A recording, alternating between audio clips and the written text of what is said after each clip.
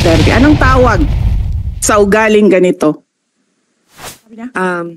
I do not appreciate this kind of behavior and attitude. Madam Chair, noong 2016, tumatakbo si Senator Risa Ontiveros na senator, nakailang talo na siya. So, Dalawa, Madam Chair. okay, dalawa.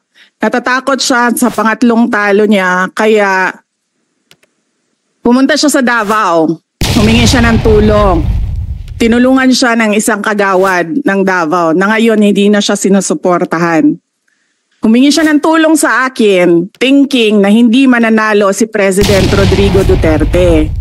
Kinausap niya ako ng kinausap doon sa law office ko sa Davao City. Sabi ko sa kanya, o sige, tutulungan kita. Chinika niya ako ng chinika. Tapos umalis siya. Siyempre, hindi naman siya tumutulong kay Pangulong Duterte. Hindi din totoo yung sinabi ko na tutulungan kita. Tinext niya ako. Pwede ba akong mag-follow up sa hinihingi kong tulong sa boto dyan sa Davao City? So sabi ko sa kanya, okay, sige. So, tinawagan ko at sinabihan ko at pinakiusapan ko ng pinakiusapan si former Congressman Milen Garcia. Sabi ko sa kanya, Kong, tulungan mo ito. Bigyan mo na lang ng ilang barangay mo at ilang mga leaders mo. Ayaw pa siya tulungan ni former Congressman Milen Garcia. Pinakiusapan ko ulit, Kong, please tulungan mo na lang. Nanalo na siya at nung nanalo siya, anong ginawa niya? Siya ang pinakaunang umatake kay President Rodrigo Duterte. Anong tawag sa ugaling ganito? And another example of politicizing the budget of the government. Ito pong sinabi ni Senator Risa Ontiveros na at the proper time she'll make a motion to lodge the budget, the requested budget of the OVP to the other agencies. Let me just quote Senator Risa during the Akbayan Congress. Alam ko po na ang daming kalat ni Duterte na hirap tayong linisin. Ang kadiliman noong panahon niya ay talaga namang nanuot sa ating lipunan para mansa na napakahirap tanggalin. At habang ang anak niya ay may kapangyarihan pa, hindi magiging madali ang ating laban. While VP Sara is in power, the threat of a full-blown Duterte comeback is still a very real and present danger. For one, they are supported by one major superpower, China. So that is an example of politicizing the budget of the government. Okay, then Senator Risa is now recognized. She's just catching her breath because she came from two other obligations. One is the Commission on Appointments and another hearing. Thank you. Salamat po, Chair, at magandang hapon po sa lahat, mga kasama ko sa Senado at yung OVP family. Dalawang tanong lang po, Chair, para ngayong araw. Una po, I note that a huge chunk of the OVP's 2025 operations budget, 1.909 billion pesos, will be used for the delivery of socio-economic programs, such as one, medical and burial assistance program. This supplements other healthcare programs of the government to assist indigent individuals and families. For 2025, 771.445 million will be allocated for the program. Sa loob niyan, 600 million pesos for medical assistance and 171.445 million for burial assistance, which are, Madam Chair, very similar to the medical assistance to indigent or financially incapacitated patients program o MAIF-IP of the DOH and DSWDs, Assistance for Individuals in Crisis Situations or AICS.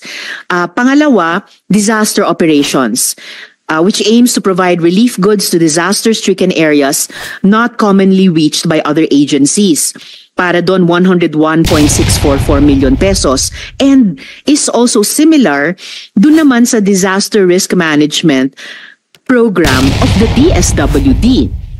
Third, relief for individuals in crisis and emergencies, or providing food boxes or food items to families who are ineligible for OVP's other services, so 50 million pesos, which is also similar to DSWD's AIX.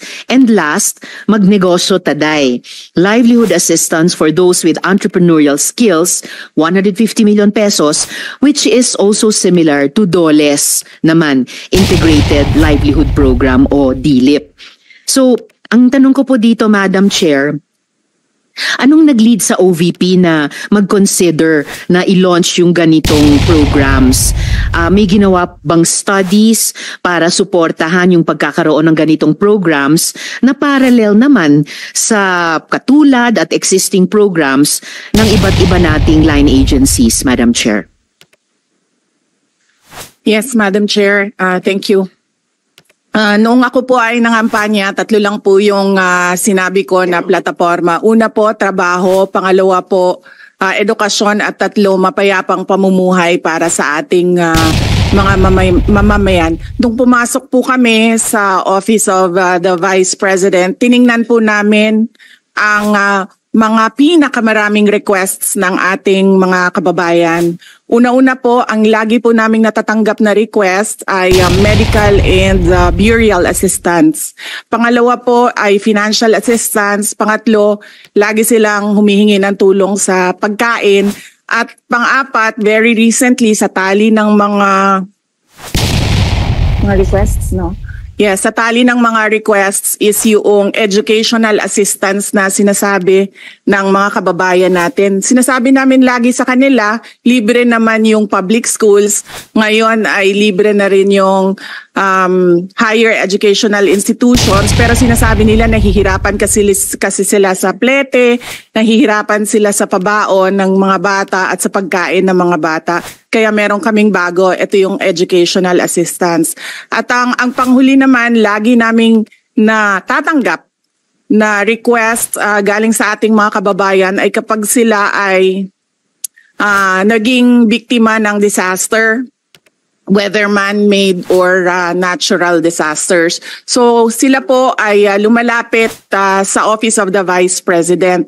Totoo po, merong mga ibang local government units at ibang national government agencies na ganito po ang kanilang programa.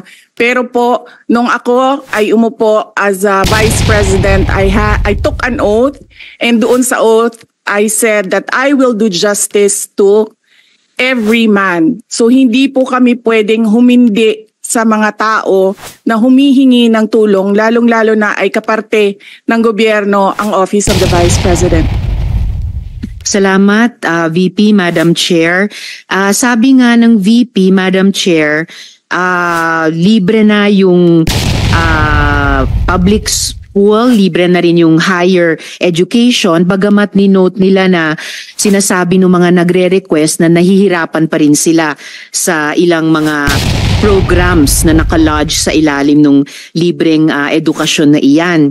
Kaya nga kinonsider nilang mag-launch ng ganitong mga katulad na programs. Iko-consider ba ng VP na i-lodge na lang yung mga budgets nitong mga programa dun na lang sa mga line agencies natin, tapos mag-request na lang ang OVP ng allocation para in sync sa priorities ng executive department sa halip na magkaroon pa ng hiwalay pero magkatulad naman na programa, Madam Chair? Madam Chair, we only submit the budget and we leave it to the discretion of all the members of Congress to decide on the budget. We can only propose a budget for the Office of the Vice President. Pero magbibigay po ako ng halimbawa kung ganun po ang gagawin natin. Tulad po ng AIX ng DSWD. Kapag meron po kaming nire-refer o binibigyan ng endorsement ng AIX sa DSWD, kadalasan po nasagot sa amin ay hindi pwede dahil galing yan sa Office of the Vice President at kalaban yan. Minsan po, totoo yan na pupolitika ang assistance para sa ating mga kababayan. Kaya po, uulitin ko, Ang mga tao naman kasi hindi sila tumitingin sa politika. Tumitingin lang sila na itong opisina na ito ay opisina ng gobyerno at pwede kaming humingi ng tulong doon.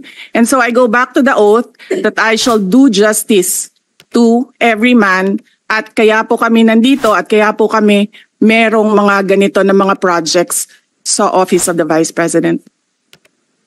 Salamat VP, Madam Chair. Wini-welcome ko yung sinabi nila na the VP would leave it to the discretion of the members of Congress.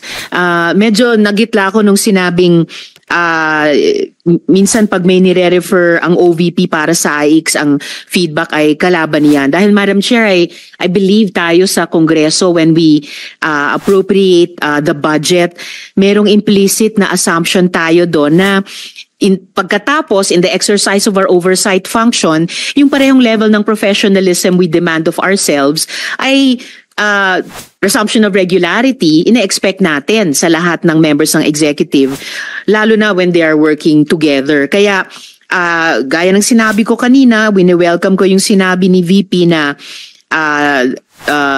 they would leave it to the discretion of the members of Congress, and tayo naman ay hindi tayo bibitaw sa mahigpit nating pag-ensure na these programs be implemented by the appropriate agencies o kahit in collaboration with each other na naaayon talaga sa tamang standards above partisan politics. And therefore, at the proper time, Madam Chair, gagawa ako ng proper motion para i-lodge yung budgets ng mga programang ito sa line agencies na may klarong opportunity for OVP na mag-request for allocation as for other offices in the executive. Yung huling tanong ko sa ngayon, Madam Chair, for 2025, one of the OVP's programs, Pagbabago Campaign, 1 Million Learners Entries, involves the provision of bags to 1 million learners in remote communities while initiating tree planting activities. This gets an appropriation of 100 million pesos. Part of this campaign is an allocation of 10 million pesos for the distribution of Isang Kaibigan Books, a children's book authored by the VP. Pwede po bang sabihin ni VP sa atin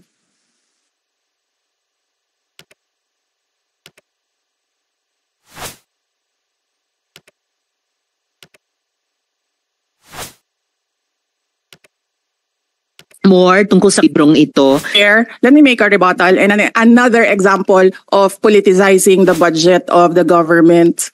Ito pong sinabi ni Senator Risa Ontiveros na at the proper time she'll make a motion to lodge the budget, the requested budget of the OVP to the other agencies.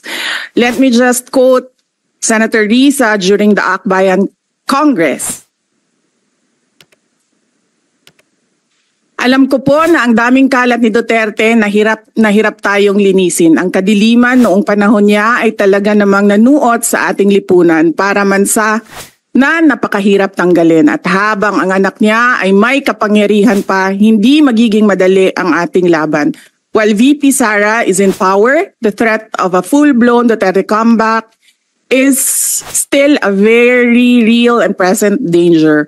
For one, they are supported by one major superpower, China. So that is an example of politicizing the budget of the government.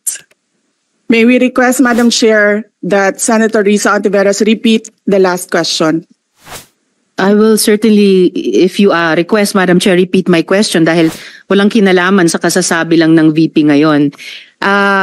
Alam nating lahat na miyembro ng iba't ibang partido, yung speeches natin sa ating mga kamiyembro sa mga party congresses ay hiwalay na event dito sa budget debates. So, I really take exception dun sa sinabi ni VP na rebuttal iyan dahil halimbawa ito sa politicizing. In fact, wala akong tinanong tungkol sa China o kahit sino pa mang ibang bansa dito sa budget hearing na to.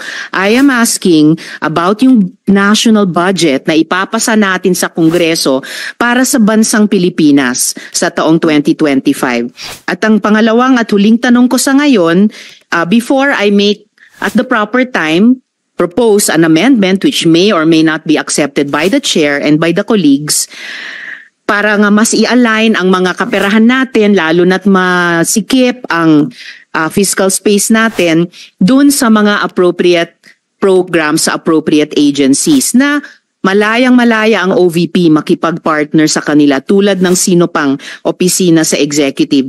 Ang tanong ko po ay ilang mga libro ng isang kaibigan ay bibilihin at i-distribute at ano, if the VP could tell us more about the contents ng librong ito. Madam Chair.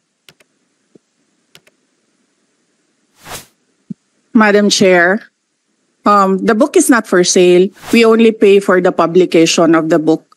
And we will send Senator Antiveros a copy so that she will know what is the content of the book. Oh, this question is not only for me, Madam Chair, para rin para sa mga kasama dito sa budget hearing. Baka ilang araw pa bago mapadala at mabasa ko, which I certainly will. But I am asking a question bilang isang mambabatas sa head of agency ng isang opisina sa executive dito sa budget hearing na to. Simpleng tanong. Tell us more about the book, isang kaibigan, at ilang kopya nito ang bibilihin ng gobyerno sa halagang 10 milyong piso at i-distribute sa kasama ng mga bags sa 1 million learners sa remote communities. Madam Chair. Madam Chair, this is an example of politicizing the budget hearing through the questions of a senator. Ang problema niya kasi, nakalagay yung pangalan ko doon sa libro. At yung libro na yan, ibibigay namin doon sa mga bata. At yung mga bata na yan, may mga magulang na boboto. At yung pangalan ko ay nagkalat doon sa kung saan man ibibigay yung libro.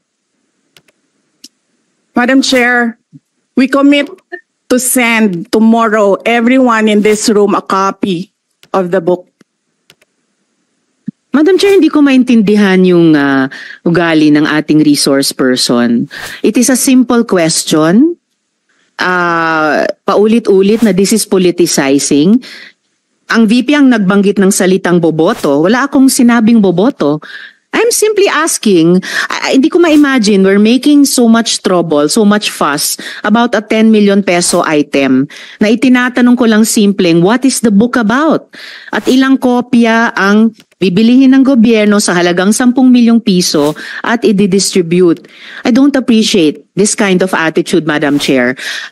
Usually, ang resource persons natin ay nagbibigay ng parehong institutional courtesy sa legislature na ibinibigay natin sa executive. I don't appreciate this kind of attitude. Senator Tolentino, do you have Madam Chair? Madam Chair. Yes, Madam Chair. Hindi ko rin maintindihan ang ugali ni Senator Risa Ontiveros. And I do not appreciate, ano yung sinabi niya? I do not appreciate this kind of behavior and attitude. Madam Chair, noong 2016, tumatakbo si Senator Risa Ontiveros na senator, nakailang talo na siya. So, Dalawa, Madam Chair. okay, dalawa. Natatakot siya sa pangatlong talo niya, kaya pumunta siya sa Davao. Humingi siya ng tulong. Tinulungan siya ng isang kagawad ng Davao na ngayon hindi na siya sinusuportahan. Humingi siya ng tulong sa akin, thinking na hindi mananalo si President Rodrigo Duterte. Kinausap niya ako ng kinausap doon sa law office ko sa Davao City. Sabi ko sa kanya, o sige, tutulungan kita. Chinika niya ako ng chinika. Tapos umalis siya. Siyempre, hindi naman siya tumutulong kay Pangulong Duterte. Hindi din totoo yung sinabi ko na tutulungan kita. Tinext niya ako.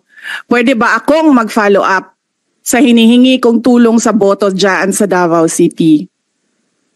So sabi ko sa kanya, okay, sige. So, tinawagan ko at sinabihan ko at pinakiusapan ko ng pinakiusapan si former Congressman Milen Garcia. Sabi ko sa kanya, Kong, tulungan mo ito. Bigyan mo na lang ng ilang barangay mo at ilang mga leaders mo. Ayaw pa siya tulungan. ni former Congressman Milen Garcia. Pinakiusapan ko ulit, Kong, please tulungan mo na lang. Nanalo na siya at nung nanalo siya, anong ginawa niya? Siya ang pinakaunang umatake kay President Rodrigo Duterte. Anong tawag sa ugaling ganito? With due respect to our resource persons and also our colleagues, I think this doesn't really. I understand there's history among all of us here, but I think that we should really stick to the budget. And I think this is just being very objective. I would like to ask also, since we're going to be furnished a copy tomorrow, we can look at it and evaluate what the content of the book is.